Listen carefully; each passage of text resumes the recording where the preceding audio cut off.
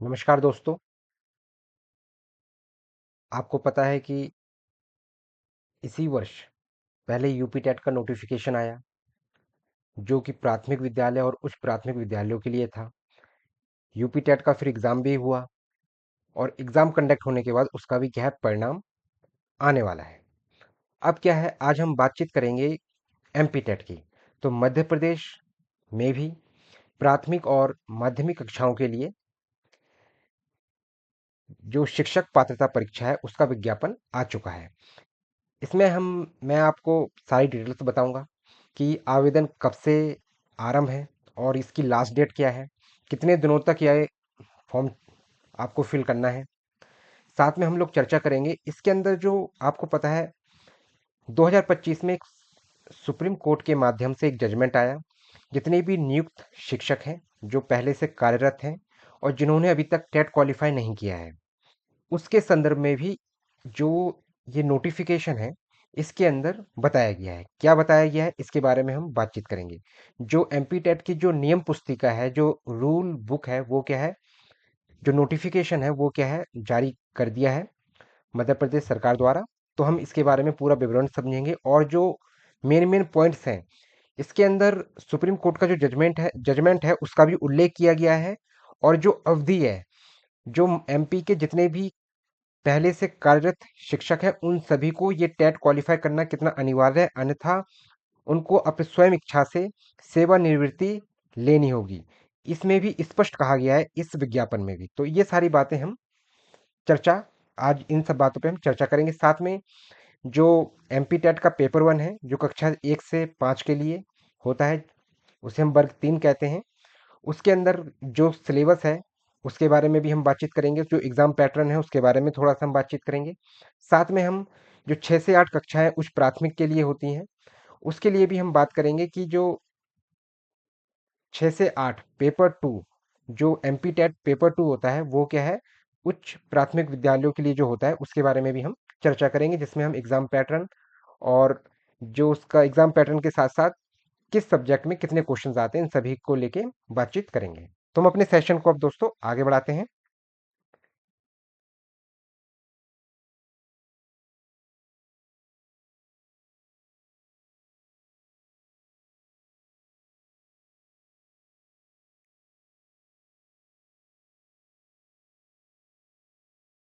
तो अगर हम देखें जो एमपी टेट है, मैं आपको बताना चाहता हूँ,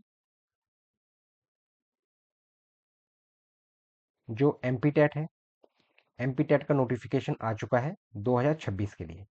ठीक है, 2026 के लिए एमपी टेट का नोटिफिकेशन आ चुका है। इसका जो आवेदन जो फॉर्म स्टार्ट होना है वो क्या है आपका, वो आपका 21 तारीख से आरंभ होगा। मतलब क्या है, अगर आप देखें आज आज जो है 18 तारीख है, 18 नहीं 19 तारीख है आज, 19 20 21 मतलब कल नहीं परसों से क्या है आपके आवेदन भरने की जो तिथि है वो स्टार्ट हो जाएगी। ये फॉर्म जो चलेंगे आपके 4 सितंबर तक ये फॉर्म चलेंगे आपको।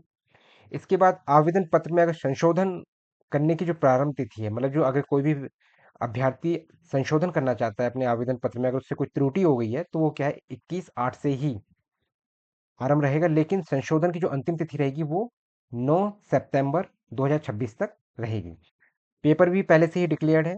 मैं आपको ये बताना चाहता हूँ, जो सोमवार से आरंभ होगा एग्जाम, लेकिन ये कब है, दिसंबर में, सॉरी दिसंबर में नहीं, 12 अक्टूबर 2026। तो ये क्या अक्टूबर में ही इसका एग्जाम कंडक्ट होने वाला है। अगर हम फीस की बात करें, इस एग्जाम में फीस की बात करें तो 1,000 रुपये है। अगर आप चाहे कक्षा 1 से 5 के लिए आवेदन करते हैं, पेपर वन के लिए भी अगर आप आवेदन करना चाहें, और अगर आप पेपर टू जैसे आप वर्ग 2 कह रहे हैं उसमें भी अगर आप आवेदन करना चाहते हैं तो भी क्या है, आपको 1,000 रुपये फीस आपको देनी पड़ेगी। आगे समझते हैं। अगर हम देखें इसमें तो जो एग्ज़ाम होगा, जो एग्ज़ाम क्या है, 12 अक्टूबर 2026 को 2 पालियों में आप ये कह सकते हो 2 दिन एग्ज़ाम चलेगा। और जो कि एग्ज़ाम को आप ये कह सकते हैं कि जो रिपोर्टिंग टाइम होगी, ठीक है, जो रिपोर्टिंग टाइम होगी, ये 2 पाली में ऐसा एग्ज़ाम है कि जो इसका जो एग्ज़ाम है एक ही दिन कंडक्ट होगा। सबसे बड़ी बात है 12 अक्टूबर को ही इसका एग्ज़ाम कंडक्ट होगा, जिसमें जो जो पहला पेपर जो जो प्रथम पाली है उसका जो एग्ज़ाम होगा, मैं आपको बताना चाहता हूँ कि जो आपका रिपोर्टिंग टाइम है, ठीक है ना? तो 12 तारीख को ही जो पहला एग्ज़ाम होगा वो क्या है, सुबह 8 से 9 बजे आपकी रिपोर्टिंग टाइम होगी। आपको अपने जो आपका एग्ज़ाम सेंटर होगा वहाँ पहुँचना होगा। उसके बाद क्या है, आपको 10 मिनट मिलेंगे। आप ये कह सकते, जब 10 बजने में 10 मिनट की कमी होगी तब क्या है, आपको इस एग्ज़ाम को पढ़ने के लिए जो महत्वपूर्ण निर्देश हैं वो दिए जाएँगे। और इसके बाद क्या है, जब आपको आंसर क्या है, उत्तर अंकित करने का समय है, जो आपको आंसर आपको फिल करने हैं, तो वो क्या है, आपको 10 से साढ़े 12 बजे तक आपको क्या है टाइम दिया जाएगा, मतलब 2.5 घंटे का ये एग्ज़ाम होगा। और अगर हम सेकंड उसमें भी बात करें, तो ये जो जो सेकंड पाली होगी वो क्या है, दोपहर 1 से 2 बजे तक क्या है, आपका ये रिपोर्टिंग टाइम है। आपको इस समय तक पहुंचना ही होगा, आप बिल्कुल भी लेट ना हो। और जब 3 बजने में 10 मिनट की कमी होगी तब क्या है, आपको महत्वपूर्ण निर्देश पढ़ने का समय दिया जाएगा। और जो एग्ज़ाम होगा वो 3 से साढ़े 5 बजे तक आपका एग्ज़ाम रहेगा, और ये एग्ज़ाम भी क्या है आपका 2:30 बजे तक, मतलब 2.5 घंटे का आपके पास ये समय रहेगा। इसमें जो महत्वपूर्ण बातें हैं उस पर भी हम चर्चा करेंगे, जैसे कि अभ्यर्थी का आधार पंजीयन अनिवार्य है, ठीक है ना? तो आपका क्या है, जो आधार से लिंक्ड होना चाहिए जब भी आप फॉर्म फिल करें। और अगर इसके बाद जब आयोजित परीक्षाओं में, ठीक है ना, बोर्ड द्वारा जब भी क्या है, अगर कोई जैसे, और उसके बाद क्या, जो एग्ज़ाम होगा कंडक्ट, वहाँ पे आप क्या है, फ़ोटो युक्त पहचान पत्र लाना अनिवार्य होगा। इसमें आप क्या-क्या यूज़ कर सकते हैं, जैसे कि आप अपना पहचान पत्र, पैन कार्ड, आधार कार्ड, ड्राइविंग लाइसेंस, पासपोर्ट में से कोई एक को चयनित कर सकते हैं, ठीक है ना? इसके साथ-साथ ये भी इंस्ट्रक्शन दिया गया है कि जो यूआईडीएआई, ठीक है ना, जो ये वेबसाइट है, इसके माध्यम से, ये जो वेबसाइट है उदय, ये क्या होता है, यूआईडीएआई, ये क्या है, आपकी भारत सरकार से लिंक्ड है, जो कि आधार कार्ड को वेरीफाई करती है, ठीक है। और आपका जो ई आधार है, इससे क्या है, वेरीफाइड होना चाहिए, तभी क्या है, मान्य होगा, ठीक है। और जो पहचान पत्र के अभाव में, अगर पहचान पत्र, किसी भी अभ्यर्थी के पास पहचान पत्र नहीं होगा, तो परीक्षार्थी को परीक्षा में सम्मिलित होने से वंचित किया जाएगा। तो यहाँ स्पष्ट कहा गया है कि आपके पास एक क्या है, आईडी प्रूफ होना चाहिए, अदरवाइज क्या है, जिसके अंदर फोटो लगी होनी चाहिए, वरना आपको क्या है, एग्जाम में बैठने नहीं दिया जाएगा। मैं आपको ये भी बताना चाहता हूँ, समय बहुत कम है, क्योंकि आप ये कह सकते हैं कि आपके पास 2 महीने के अंदर ये एग्जाम क्या है, दो 2 महीने से भी कम का समय है, क्या है, लेस देन 2 मंथ से भी क्या है, समय कम है। और आपको इसी मंथ में क्या है, अगर आपकी पहले से प्रिपरेशन है तो ठीक है, अगर नहीं है आपकी, तो आप प्रिपरेशन स्टार्ट कर दें, ताकि क्या है आपका, चाहे पेपर 1 हो चाहे पेपर 2 हो, दो जो जिस एग्जाम के लिए आप बैठना चाहते हैं वो सरलता और आराम से के साथ आपका एग्जाम क्वालिफाई हो सके। इसके बाद अगर हम बात करें, अभ्यर्थियों को नियम पुस्तिका में विनिश्चित मूल परिचय पत्र के अतिरिक्त अपना आधार कार्ड, ई आधार कार्ड, आधार कार्ड की छाया, मतलब क्या है, फोटो कॉपी, आधार नंबर, ठीक है ना, ये सब लाना क्या अनिवार्य है। परीक्षा में प्रवेश के समय और परीक्षा के दौरान जो बायोमेट्रिक सत्यापन अनिवार्य होगा, तो आप ये कह सकते हैं कि बहुस्तरीय, जो क्या है, बहुस्तरीय बायोमेट्रिक सत्यापन अनिवार्य होगा, जो कि आप कह सकते हो कि जो चेकिंग चलती है एग्जाम के समय, तो बायोमेट्रिक होगी, पूरा डिजिटल प्रोसेस रहेगा। परीक्षा में प्रवेश के समय एवं परीक्षा के दौरान बहुस्तरीय बायोमेट्रिक सत्यापन अनिवार्य है। बायोमेट्रिक सत्यापन के समय आधार अनलॉक होना चाहिए। यहाँ पे तो कोई इंपॉर्टेंट बात क्या कही है, कि जो आधार कार्ड है आपका, कई बार क्या होता है, जैसे आपको पता है, कई लोग लॉक करके रखते हैं अपने आधार कार्ड को, ताकि क्या है, कोई भी मतलब फ्रॉड ना हो सके। लेकिन इस स्थिति में क्या है, जब आप एग्जाम देने जाएंगे तो अपने आधार कार्ड को अनलॉक कर सकें, ताकि क्या है, जब वेरिफिकेशन होगा तो उसमें कोई समस्या ना आए। अगर हम पांचवें पॉइंट की बात करें, तो अभ्यर्थियों को परीक्षा में रिपोर्टिंग समय तक परीक्षा केंद्र में प्रवेश की अनुमति होगी। जो रिपोर्टिंग टाइम दिया है, मतलब क्या है, जैसे सुबह का समय है 8 से 9 बजे तक, तो आपको इस समय तक पहुंच जाना चाहिए। और अगर आपका दोपहर के समय, अगर आपका एग्जाम है, तो आपको 1 से 2 बजे के बीच में वहां पे पहुंचना अनिवार्य है।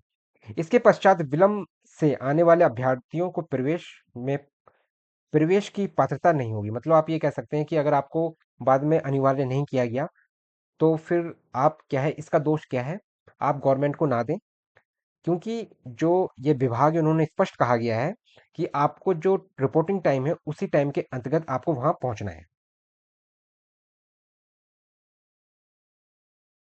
इसके बाद अगर हम छठवें पॉइंट पे बात करें, तो परीक्षा कक्ष में इलेक्ट्रॉनिक डिवाइसेस या मोबाइल फोन, कैलकुलेटर, जो लॉग होता है, जो लॉग टेबल होते हैं, आपको पता है, जो टेक्नोमेट्री से लिंक होता है, जैसे डिजिटल वॉच हो गया आपका, सनग्लासेस हो गया, या नकल पर्चा आदि का उपयोग वर्जित वर्जित है, मतलब आपको बिल्कुल भी किसी भी कंडीशन में नहीं ले जाना है ये। ऑनलाइन आवेदन पत्र क्रमांक के द्वारा ही ऑनलाइन परीक्षा हेतु अभ्यर्थी अपना प्रवेश पत्र प्राप्त कर सकते हैं। मतलब क्या है, जो आपका एप्लीकेशन फॉर्म है, एप्लीकेशन फॉर्म नंबर होगा जो आपके पास, उसी के आधार पर ही क्या है, आपका प्रवेश पत्र आपसे आप क्या है तभी वो आप निकाल सकते हैं वहां से। ठीक है, वो भी ऑनलाइन वेबसाइट के माध्यम से। और फिर जो एप्लीकेशन फॉर्म है आपका, तो आवेदन पत्र क्रमांक आवश्यक रूप से संभाल कर रखें, जिसकी समस्त जिम्मेदारी आवेदक की ही होगी। परीक्षा केंद्र की अगर हम बात करें 8वें पॉइंट की, तो परीक्षा केंद्र में आवेदक को काला बॉल पॉइंट, मतलब क्या है, जो आपका पेन होगा ब्लैक पॉइंट, वो क्या होना चाहिए, बॉल बॉल पेन होना चाहिए, वो भी ब्लैक कलर में। परीक्षा हॉल में प्रवेश हेतु मंडल की वेबसाइट से डाउनलोड किए गए प्रवेश पत्र साथ लाना भी अनिवार्य है। ठीक है, तो आपको क्या है, काला पेन भी लेके जाना है, जो बॉल पॉइंट, जो बॉल पेन होगा, और उसके साथ साथ क्या है आपका, जो आपने अगर जो आपने एडमिट कार्ड अपना जो डाउनलोड किया होगा, उसको भी साथ में ले जाना अनिवार्य है। अगर 9 पॉइंट की हम बात करें, किसी भी परीक्षार्थी को परीक्षा प्रारंभ होने के पश्चात परीक्षा समाप्ति तक परीक्षा कक्ष छोड़ने की अनुमति नहीं होगी। मतलब क्या है, कुछ भी हो जाए, अगर आपका एग्जाम वक्त से पहले भी हो जाता है, तो भी क्या है, आप उस जिस रूम में आप बैठे होंगे उधर से आप नहीं जा सकते हैं, जब तक सभी बच्चों का जो एग्जाम है पूरी तरह से पूर्ण ना हो जाए। इसके बाद जो 10वां पॉइंट है, महत्वपूर्ण पॉइंट, ये भी सुनते हैं, जो लास्ट वाला है, वो ये है कि आवेदन पत्र भरते समय उम्मीदवारों कि किसी भी प्रमाण पत्र का प्रशिक्षण मंडल द्वारा नहीं किया जाएगा। नियुक्ति प्रक्रिया के दौरान संबंधित विभाग द्वारा ही किया जाएगा। ठीक है ना, तो जो भी ऑनलाइन प्रोसेस रहेगा, जो भी मतलब वहाँ पे जितनी भी आप कह सकते हैं, जो भी आप चेकिंग वगैरह होगी, जितनी भी वहाँ पे मेंटेनेंस होगा, जो देखा जाएगा उस रूम के अंदर, कि ताकि कोई मतलब किसी प्रकार की चीटिंग ना करे, किसी प्रकार का मतलब जो माहौल है उसे खराब ना किया जा सके, तो वो क्या है, जो वहाँ पे जो नियुक्ति, जिस विभाग की वहाँ नियुक्ति की गई होगी, वही क्या है उसी दौरान क्या है, वो विभाग द्वारा ही वो वहाँ पे वो सब कुछ देख रखा, वो कौन, वो विभाग करेगा। आगे अगर हम इसकी बात करें,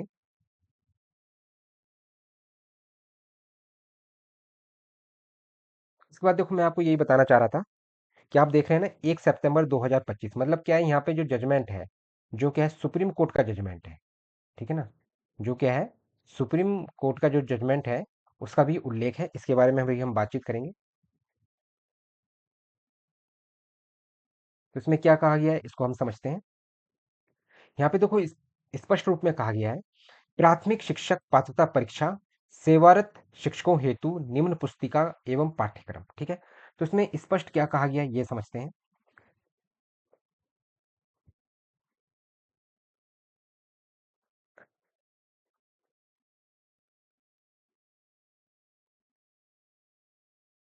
इसमें कहा गया है कि एक तो आर्टिकल 142 का क्या उल्लेख है।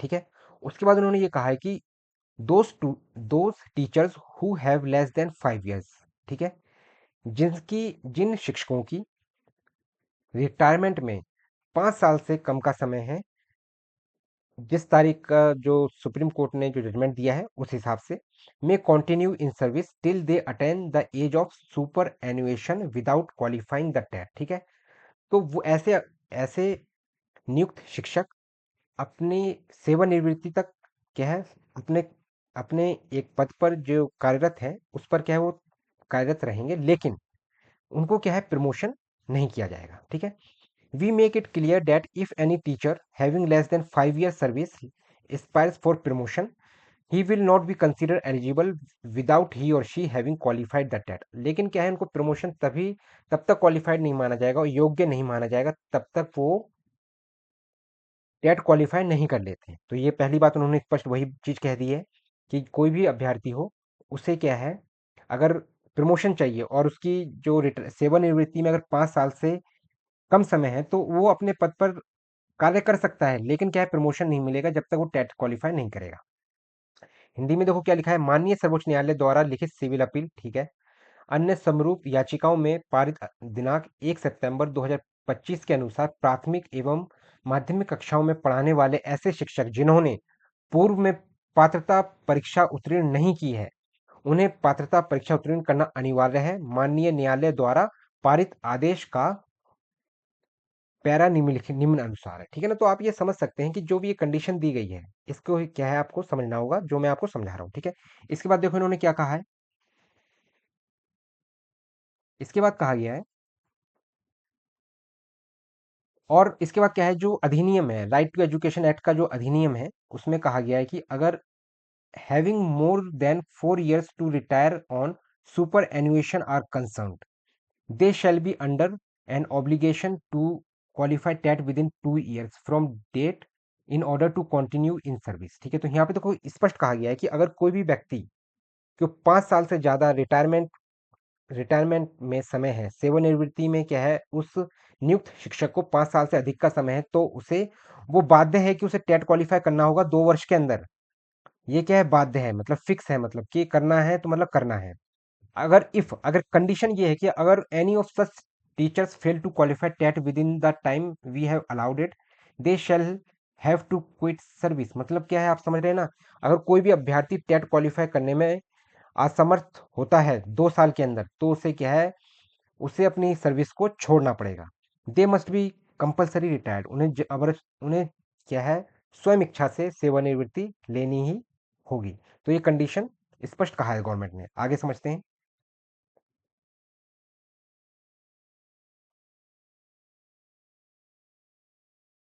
इसके बाद देखो, इन्होंने ये भी कहा है कि अगर, जो स्पष्ट कहा गया है इन्होंने, कि जो टेट उत्तीर्ण की जो अवधि है, जो 2 वर्ष से 3 वर्ष कर दी गई है। मतलब क्या है, जो पहले सुप्रीम कोर्ट ने 2 वर्ष के लिए, जो सुप्रीम कोर्ट सर्वोच्च न्यायालय है, उन्होंने कहा था कि जितने भी नियुक्त शिक्षक हैं उनको 2 साल के अंदर टेट क्वालिफाई करना होगा, लेकिन अब थोड़ी राहत देते हुए, जैसे कि राज्य सरकारें क्या है, समय पर टेट नहीं कराते हैं कंडक्ट, इस वजह से क्या है, 2 से 3 वर्षों के अंदर टेट क्वालिफाई करना अनिवार्य है।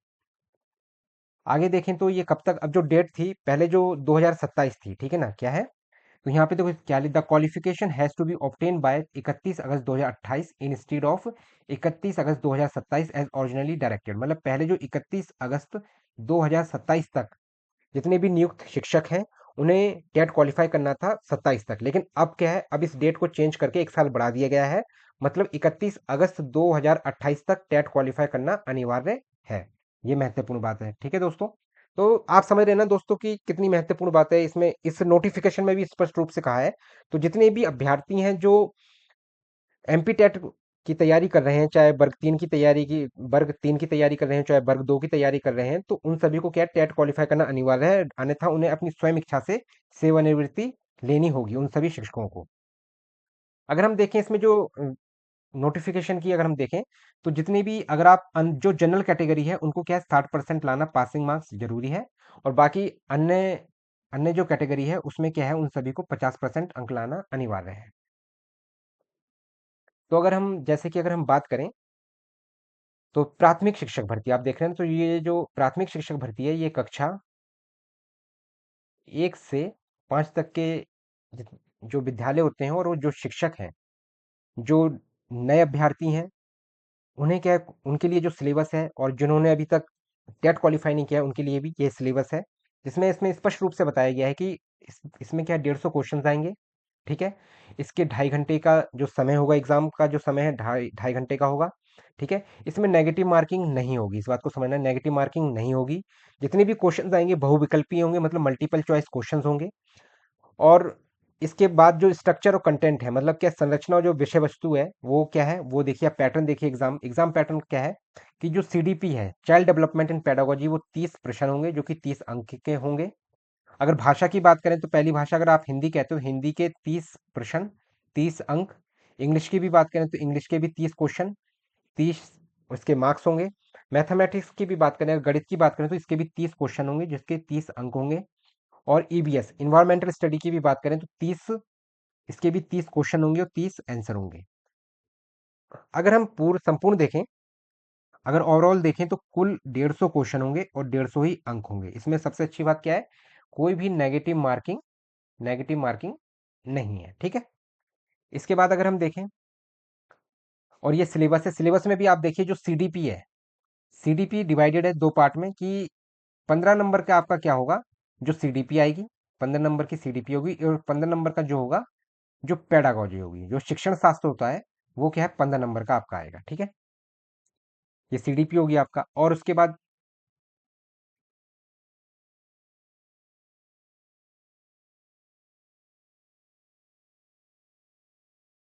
हिंदी की भी अगर आप बात करें तो हिंदी में भी सेम कंडीशन है कि जो आपका हिंदी का जैसे कि जो पैराग्राफ्स होते हैं, गद्यांश हो गया जैसे, ठीक है ना, जो गद्यांश आ गया और अपठित जो पद्य आ जाते हैं, व्याकरण आ गया आपका, तो ये सब क्या है, ये आपके 15 नंबर का होगा। ठीक है, और 15 ही नंबर का आपका क्या होगा, पेडागोजी होगी। ठीक है ना, क्या होगी आपकी जो शिक्षा शास्त्र हिंदी पेडागोजी है आपकी, वो भी क्या है, 15 नंबर की आएगी। हिंदी पेडागोजी, हिंदी पेडागोजी कितनी आपकी, 15 नंबर की आएगी। ठीक है ना। इसके बाद अगर हम बात करें इंग्लिश लैंग्वेज में भी सेम है कि जो आपका कॉम्प्रीहेंशन है वो 15 नंबर का आएगा। कॉम्प्रीहेंशन में देखें आप, जैसे कि टू अनसीन प्रोस पैसेज हो जाएंगे आपके, ग्रामर आपका इंक्लूड रहेगा, ठीक है ना, और वर्बल एबिलिटी, ये सारा इंक्लूड है। और 15 नंबर की आपकी क्या है, पेडागोजी ऑफ इंग्लिश डेवलपमेंट। ठीक है, और इसमें देखो भाषा का चुनाव करना होता है। अगर आप संस्कृत लेते हैं तो संस्कृत का आपका 15 नंबर की आपका मेन जो टॉपिक होगा 15 नंबर का आएगा, और 15 ही नंबर आपका पेडागोजी से लिंक्ड रहेगा संस्कृत में भी। आप हिंदी संस्कृत में से किसी एक भाषा का चुनाव कर सकते हैं, साथ में उर्दू का भी विवरण है। उर्दू में भी सेम स्थिति रहेगा, जो भी अभ्यर्थी से उससे उर्दू से जुड़ा होगा वो भी सेम किसी भी एक भाषा का चयन कर सकता है। इसके बाद अगर हम बात करें, अब विषय वस्तु में अगर हम बात करें जैसे कि मैथ्स की बात करें, ठीक है ना, तो इसके भी 30 क्वेश्चन आएंगे। गणित के अंदर भी क्या है, 100 प्रश्न रहेंगे, जो कि आपका क्या है, जो आपका syllabus, syllabus in the sense आप कह सकते हो जो कि न्यूमेरिकल एबिलिटी से इंक्लूड रहेगा। ठीक है ना, जो, ठीक है, और 15 ही क्वेश्चन जो रहेंगे आपके क्या है, इसके जो शिक्षा शास्त्र से मुद्दे रहेंगे कि आप जो मैथ्स पेडागोजिकल है, इससे भी 15 प्रश्न आएंगे। ठीक है ना। और ईबीएस में भी सेम कंडीशन है कि 20, लेकिन ईबीएस में क्या है, जो आपका सिलेबस रहेगा, जो कंटेंट रहेगा, उससे क्या है 20 क्वेश्चन आएंगे। और जो पेडागोजी होगी, क्या है, जो पेडागोजी है उससे कितने रहेंगे, 10 क्वेश्चन रहेंगे आपके। और पेडागोजी के जो मुद्दे रहेंगे वो कितने, 10 क्वेश्चन रहेंगे। ठीक है, तो ये आपका ओवरऑल सिलेबस हो गया है। अब हम बात करेंगे जो माध्यमिक शिक्षक पात्रता परीक्षा की सेवारत शिक्षकों हेतु, तो इसमें भी सेम वही कंडीशन जो प्राथमिक के लिए लागू होती है, जैसे प्राथमिक विद्यालय हैं जो कक्षा 1 से 5 के लिए है, उस पर भी यही बात लागू होती है। और यही क्या है, जो कक्षा 6, जो माध्यमिक की बात हो रही है, ये भी क्या है, कक्षा 6 से 8 के विद्यालयों में जितने भी नियुक्त शिक्षक हैं, उन सभी पर यह बात लागू होती है कि उनको टेट क्वालिफाई करना होगा 3 साल के अंदर, अन्यथा उन्हें क्या है, अपनी स्वयं इच्छा से क्या है, सर्विस छोड़नी होगी। ठीक है, कोई सर्विस मतलब छोड़नी पड़ेगी, इसलिए क्या है, आप अच्छे से तैयारी करें और आप क्या है, टेट क्वालिफाई करने हो सके तो इसी इसी टेट को आप क्वालिफाई करें, ताकि क्या है, आपको दूसरा टेट आवेदन करना ही ना पड़े, और आपकी जो सर्विस है वो भी क्या है, सुरक्षित रहे। इसमें भी सेम कंडीशन ये है कि अगर आप जनरल कैटेगरी के हैं तो आपको 60% मार्क्स लाना ही होगा। 150 में से आप समझ सकते हैं, आप 150 में से समझ सकते हैं कि 60% हुआ आपका 90 नंबर, तो आपको 90 नंबर लाना ही अनिवार्य है। और बाकी जो अन्य कैटेगरी है उसको 50% मार्क्स लाना अनिवार्य है, मतलब 75% में उनको अनिवार्य है लाना। ठीक है, आगे समझते हैं। अब अगर हम इसका जो सिलेबस पैटर्न की बात करें अगर हम, तो ये कक्षा क्या है, कक्षा 6 से 8 के लिए जो सिलेबस है इसके बारे में है। अगर हम बात करें तो इसमें भी 150 क्वेश्चन आएंगे, और 2.5 घंटे का समय रहेगा पेपर को करने के लिए। मल्टीपल चॉइस क्वेश्चन होंगे, सबसे अच्छी बात इसमें भी ये भी है।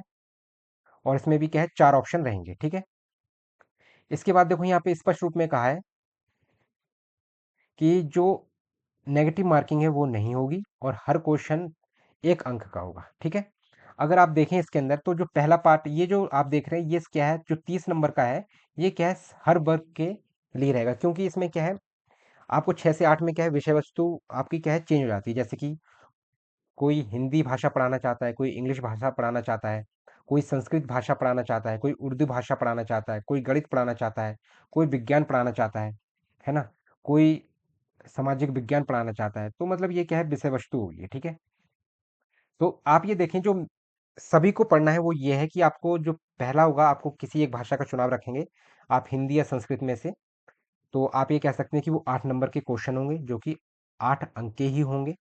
अंग्रेजी की अगर हम बात करें तो 5 क्वेश्चन आएंगे, जो कि 5 नंबर के होंगे। अगर हम इसमें के अंदर आप देखें तो तार्किक रीजनिंग और जो न्यूमेरिकल एबिलिटी है, ठीक है, सामान्य ज्ञान भी इंक्लूड है इसके अंदर। ठीक है, और जो करंट अफेयर्स है वो भी इंक्लूड है, जो कि 7 क्वेश्चन होंगे, जो कि 7 मार्क्स के होंगे। और अगर हम पेडागोजी की बात करें, 10 नंबर की पेडागोजी आएगी, जो कि 10 क्वेश्चन होंगे, और 10 नंबर के ही 10 अंक ही होंगे उन 10 क्वेश्चनों को। ठीक है, तो जो दो, तो आप ये कह सकते हैं कि जो 10 क्वेश्चन है वो क्या है, आपके 10 अंक के ही वो क्वेश्चन होंगे। ठीक है, ओवरऑल देखें तो जो ये सभी के लिए होगा 30 क्वेश्चन और 30 मार्क्स, ये क्या है सभी के लिए कॉमन होगा। बस जो चेंजेस होगा वो यहाँ पे होगा कि आपको किस सब्जेक्ट में आप टीचर बनना चाहते हैं। ठीक है, तो जैसे कि अगर आप मेरे चैनल से जुड़ के अगर आप गणित की तैयारी करना चाहें, ठीक है, गणित और विज्ञान, अगर आप मैथ और साइंस के लिए अगर आप तैयारी करना चाहते हैं, मैं आपको फिर बताना चाहूँगा कि अगर आप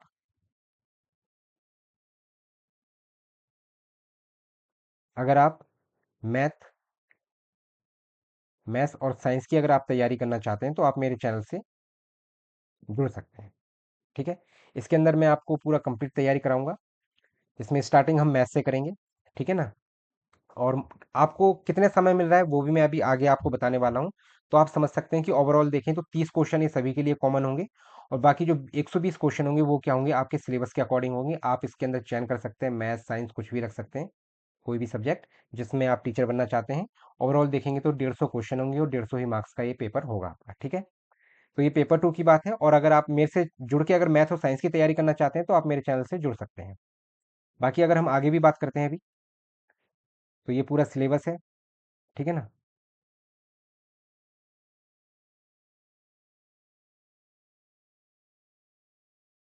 और सिलेबस पे लेके मैं अभी आपके पास एक नया वीडियो लेके आऊंगा जिसके अंदर मैथ्स का सिलेबस मैं अलग बताऊंगा आपको और साइंस का सिलेबस मैं आपको अलग बताऊंगा। ठीक है, अगर हम इसमें आप मैं आपको थोड़ा ये बताना चाहता हूँ कि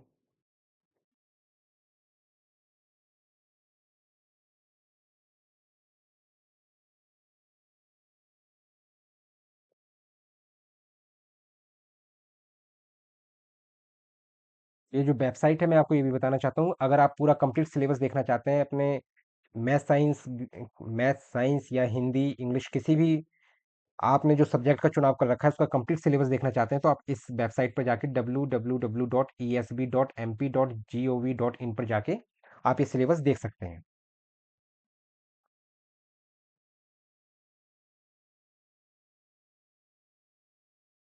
और जो महत्वपूर्ण बातें हैं वो भी मैं अभी आपको बता रहा हूँ, एक मिनट। इसमें हम जो एग्जाम पैटर्न के लिए आप कौन कौन से शहर में जाके अप्लाई कर सकते हैं उसके बारे में भी हम चर्चा करेंगे अभी।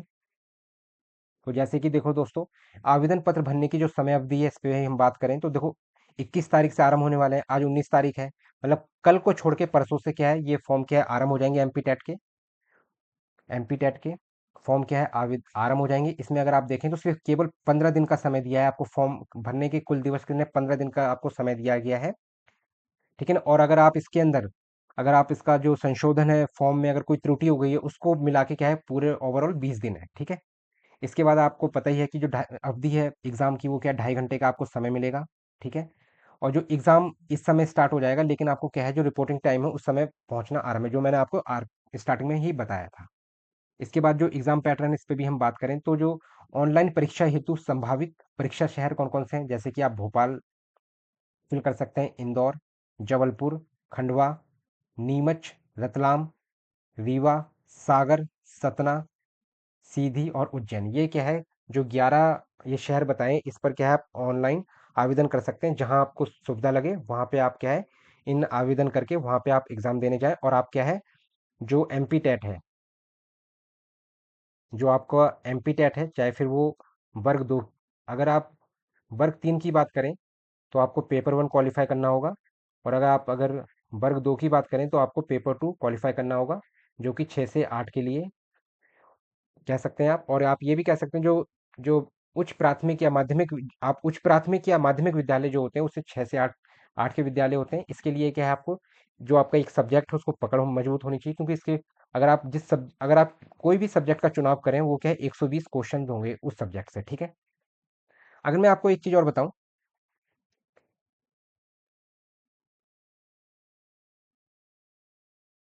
अगर मैं आपको ये बताना चाहता हूँ कि अगर आप एमपी टेट की तैयारी कर रहे हैं और अगर आप वर्ग 3 की तैयारी कर रहे हैं तो भी आप मेरे चैनल से जुड़ सकते हैं, जिसके अंदर मैं आपको कंप्लीट आपको तैयारी कराऊंगा, जिसके अंदर सीडीपी आपका इंक्लूड रहेगा। मतलब वर्ग 3 में क्या आपके जो पांचों सब्जेक्ट है, जैसे कि सीडीपी हो गया, आपका ईवीएस हो गया, इन्वायरमेंटल स्टडीज। ठीक है, इसके बाद आपका जो हिंदी लैंग्वेज की अगर हम बात करें इंग्लिश की हम बात करें,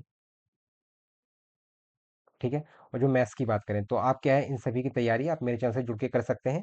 साथ में अगर मैं वर्ग 2 की बात करूँ, तो इसमें भी क्या है, मैं आपको जो मैं सब्जेक्ट पढ़ाऊँगा मैं आप उसकी बताऊँ तो मैं आपको साइंस और मैथ्स पढ़ाऊँगा।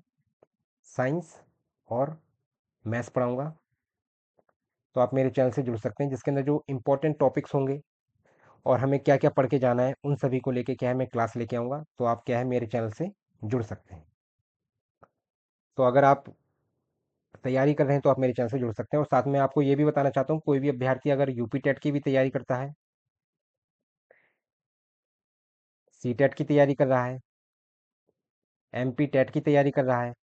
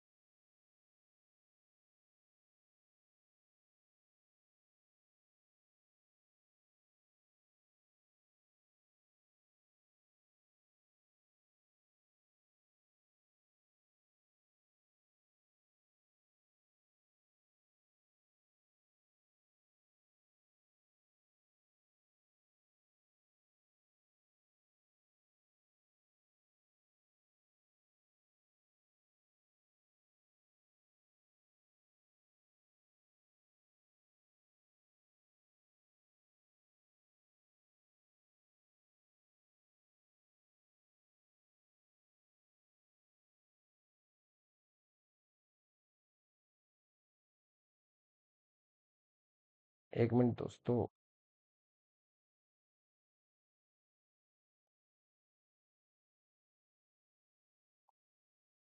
तो दोस्तों, आप जो तैयारी कर रहे हैं तो आप मेरे चैनल से जुड़ सकते हैं। किस किस की तैयारी के लिए मैं फिर बताना चाहूँगा आपको।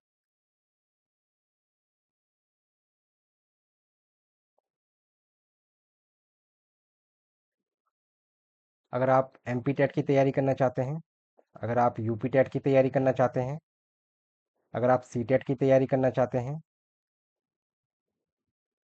अगर आप रीट की तैयारी करना चाहते हैं, तो आप मेरे चैनल से जुड़ सकते हैं। और मैं आपको ये बताना चाहता हूँ, एमपी टेट के लिए अगर आप मेरे चैनल से जुड़ना चाहते हैं, मैथ साइंस की तैयारी करना चाहते हैं, तो आप मेरे चैनल से जुड़ सकते हैं। और आपका जो सिलेबस है, जो सीबीएसई बोर्ड के अकॉर्डिंग में आपका पहले क्या है, जो सीबीएस एनसीईआरटी बुक्स होती हैं, जो एनसीईआरटी की बुक्स होती हैं उसके अकॉर्डिंग क्या है, मैं मैथ्स और साइंस की आपकी क्या है पूर्ण तैयारी कराने की पूरी कोशिश करूंगा। हम स्टार्टिंग मैथ्स से करेंगे। और बाकी अगर आप चैनल मेरे चैनल से अगर जुड़ना चाहते हैं, मेरे से पढ़ना चाहते हैं, तो आप मेरे चैनल को सब्सक्राइब कर सकते हैं। साथ में आप लाइक भी करें, कमेंट भी करें और शेयर भी करें। धन्यवाद दोस्तों।